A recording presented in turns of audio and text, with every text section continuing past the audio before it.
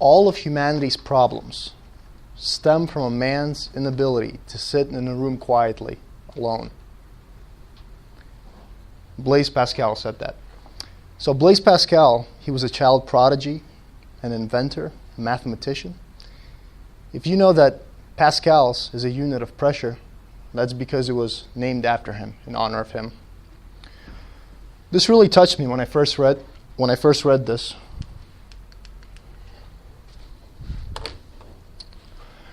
And the reason it touched me a lot is because knowing Pascal and what he has invented and given to the world, this was probably a man of focus. He knew how to focus. But at that time, he knew that other people were battling something that we battle today. And that's probably a deficit of focus and something that's called attention deficit. So today, this is one of my topics. I'd like to discuss what multitasking is, and I want to answer, is multitasking efficient, or does it really dilute our attention? Multitasking, you've probably heard of this, right? Within the past 15 years, multitasking has been touted as the main thing people want to strive to. Yeah, multitask. I can do computer work and I can do this at the same time. I'm a great office worker because I can do this. But is there reality to it? It's the ability to do two tasks at the same time.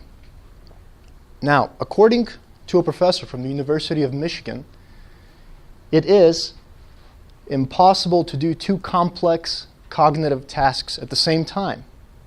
Okay? In fact, each task will compete for mental resources in your brain when you do complicated tasks. That's your prefrontal cortex, located right over here.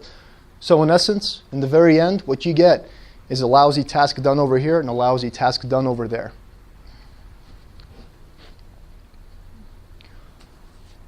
What are some of the effects? Now, these are serious effects. For a factory worker, let's say, if he has a major part in a factory and he's doing this major part and he's distracted, that could lead to safety hazards, or it could affect many people. What about an engineer? Maybe a red flag was brought up in a project, and now this engineer got distracted with a telephone call and he suddenly misses it. Inability to properly memorize. When we multitask, our brains try to convince us and say, hey, it's okay, I got this covered. I got this task covered and I got this covered. I'm on the computer, listening to a conference call, while at the same time I'm checking out the news. I'm okay. But this is impossible because our memory works by visualization in our brains. So when we multitask, we see an image of one thing and another thing, of one thing and another thing, and we fail to memorize properly. There's short-term memory loss. So when does multitasking work? It does work, but it works with non-conscious tasks. These are tasks that are so natural to you, they're subconscious. One example of this is, let's say musicians that play the piano or the guitar. They might be so good at it that they have muscle memory now. And when they sing, they can multitask singing and playing. But one of them is conscious. The other one is going to be subconscious for the most part. The other one is folding laundry while watching television. It's so subconscious, you don't really need to think about it. So you can listen to the television news. Attention and focus. There's something that multitasking robs from us that's so important to our daily lives. Attention is like fuel in your body. That's a good way to look at it. It's limited. You wake up in the morning and it's just like fuel. You use it up. When do you use up this fuel? Well, you use it up when you do cognitive tasks. Okay? Cognitive tasks that require thinking, you use up a little bit of the fuel. This fuel becomes depleted really quickly when you begin to multitask and switch tasks every couple of minutes. It's almost like pressing the gas pedal all the way in your car and seeing your miles per gallon gauge go all the way down. When you run out of fuel, what happens? You can't focus. You feel lousy at the end of the day, and you're only going to probably recover when you sleep.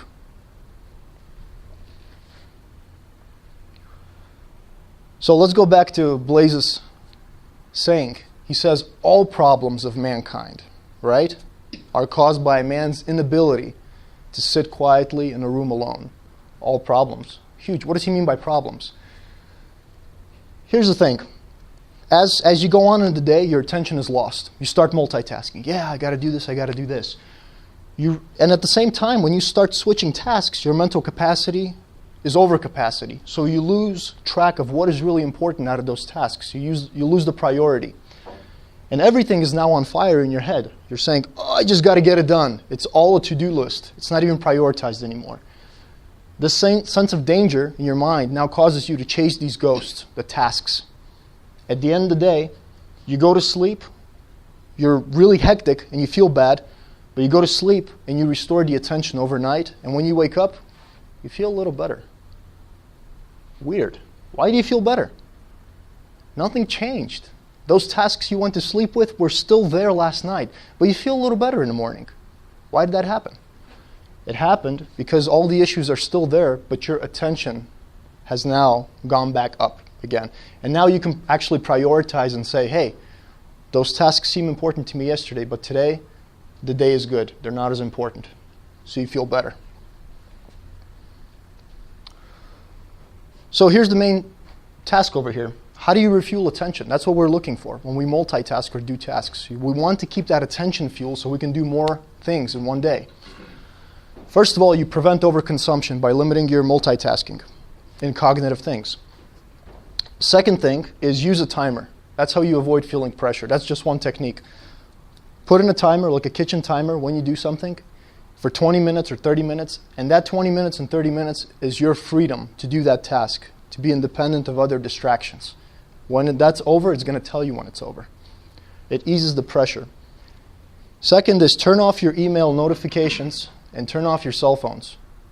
A lot of us, if we work in the office, we have Outlook open, right? And we have that notification, bing, bing, bing. Guess what happens? When you get distracted by that email and you return back to the task, it takes an average of 20 minutes for you to get back into the flow of the first task that you were doing before you got distracted. 20 minutes. Huge. Again, why don't we just follow what he said? Sit quietly for 10 minutes. It's tough. It's tough to sit quietly in a room for 10 minutes without fidgeting, without thinking of something, without checking your nails or your skin saying, I better do this, I better do that. If you do this, this is how you increase attention, with the ability to actually sit there and single task by sitting quietly. And finally, jot down things on paper. Okay? Your brain is there to do cognitive tasks, but it's not a storage cabinet. Otherwise, you'll be overwhelmed. Put things on paper. It decreases a lot of stress. So, with a conclusion, attention translates to focus. This is how I think Blaise was able to be a child prodigy, become an inventor and a mathematician, is because he had this focus, and he realized that some people have this focus, but a lot of his counterparts just couldn't do it. They were just like us a long time ago, but they were just like us today. When you have attention, you can focus. When you have focus, your brain operates at its maximum peak, and that's when you get new insights and you get things done. So for conclusions, what do we have? Humans can't multitask. Period. We can't do it. We fool ourselves. Our brain tries to fool ourselves and say, okay, we can do it, but we can't. It's cognitive work, and if you multitask, you risk mistakes and you risk being wrong. Attention is depleted rapidly, more rapidly when you multitask than when you single task.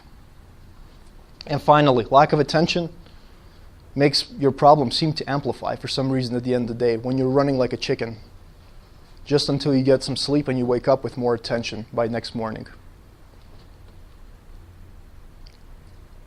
And I go back to this, and this is really interesting, but all of humanity's problems stem from man's inability to sit quietly in a room alone.